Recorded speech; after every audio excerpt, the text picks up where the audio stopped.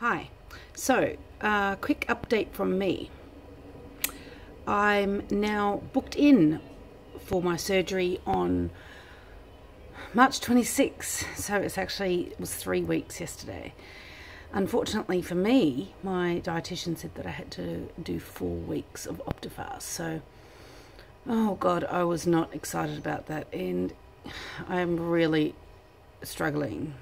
Not all the time, but yesterday, for instance, I was a professional learning day and all the food is provided. They had cakes, morning tea, they had these gourmet sandwiches and wraps and all delicious things for lunch.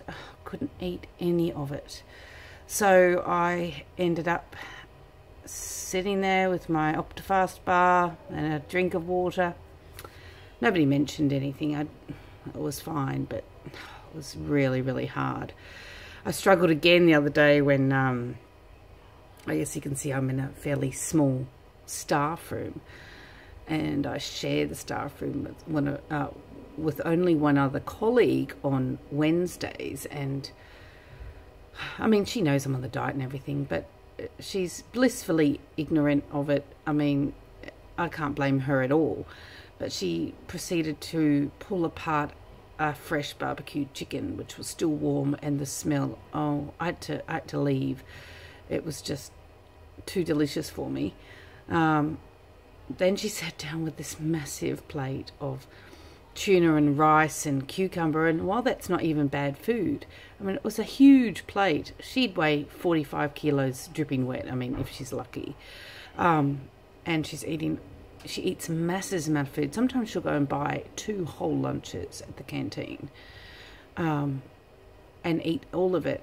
And, well, she just has that sort of metabolism, I guess, and she's very lucky. But it's very hard for me, who this is how I got this weight, was eating food at that portion. So, anyway, that's life. So, struggling to get through the Optifast at the moment. I was going to do the surgery later on in April because I have a wedding on the 14th or 15th, a family wedding, and I haven't been to a wedding in about 5-6 years, and I was really excited about it. You know, I love champagne and I love the food. It's going to be 3 courses of deliciousness, and so I was going to wait till after the wedding to start my Optifast and therefore delay the surgery a bit. But the surgeon said he was absolutely fine with me cheating for that day. Yep. So gave me total permission to eat and drink whatever I like on that day in the middle of Optifast. So I guess it's not going to do too much damage to cheat for a day and then get back right onto it the next day. Yeah, so, I mean, at my heaviest, I was 115 kilos.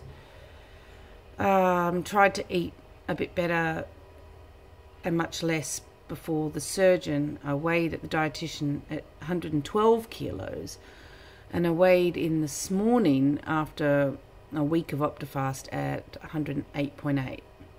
So, it's going down, which is good. But I could not maintain this weight loss with shakes. Oh, seriously, it's hard. Okay, so my favourite shakes, though, I've been doing the actual Optifast. Actually, you know what? They're not that bad. They don't taste that bad. I do like the chocolate. The vanilla, meh. The coffee's nice. And I want to try and add a shot of coffee. Maybe I'll do that on a weekend when I've got time to make a nice espresso in our machine and whack that into a coffee. That, I reckon, would be really nice. Caramel's a bit sweet flavoured. I don't mind the strawberry. So, yeah, they're not that bad. It's just hard because, you know, you feel hungry immediately. Last night for dinner, I was so hungry after my Optifast and my bar at the professional day. I had when I got my husband, I was at the shopping mall and brought my husband home a large doner kebab, and my kids had Subway, and I actually got a kebab bowl. So I asked for it without the rice because I'm allowed some meat at night. So I had meat, probably too much meat, but I had some meat and salad. And see, that filled me up for all of 20 minutes. Honestly, I thought, oh yeah, this is delicious. I loved it. I had baba ganoush on it too, which is really only made of eggplant, so I don't see why I couldn't eat that. And then I was hungry again an hour later, so I guess this is why I'm having my surgery. I need to be able to be really full, be really satisfied on a little bit of food. But having said that, after thinking I'd eaten too much meat, I did actually drop half a kilo this morning. So, yeah, that's not too bad. And unfortunately, I'm one of those daily weighers. In fact, you know, I can't help myself. I can't. So I'm going to have to try and get myself out of that habit. Anyway, so today I've also been thinking about what kind of food I can have after the surgery, after liquid stage, what kind of interesting purees I can make, how I can get protein into my diet. I'm not that, after buying our Thermomix, I'm trying to get away from the processed food.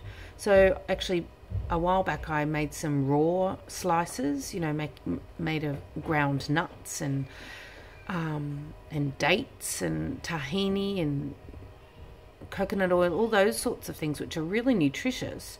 They actually contain a lot of protein. So I'm going to do some investigating about some protein balls and things that you can make with coconut and coconut oil. There are some really good recipes on the Thermomix recipe community, so I'm going to try and make some of those. I don't want to get into the processed snacks. I'd like to snack on good food, nutritious food, and you know, make my own shakes later on when I can, with, you know, fresh fruit and some raw protein powder, things like that. So I mean, I'm not vegan or vegetarian, but there are some really good protein powders you can get which are not artificial. So that's what I've been doing, and I'm starting to, I've got this notebook here, so I'm starting to take notes and on some puree ideas, and some soft food ideas and things, just so I can add some variety, because right now there's no variety with this bloody Optifast. Anyway, okay, so that's it from me for today. Okay, bye.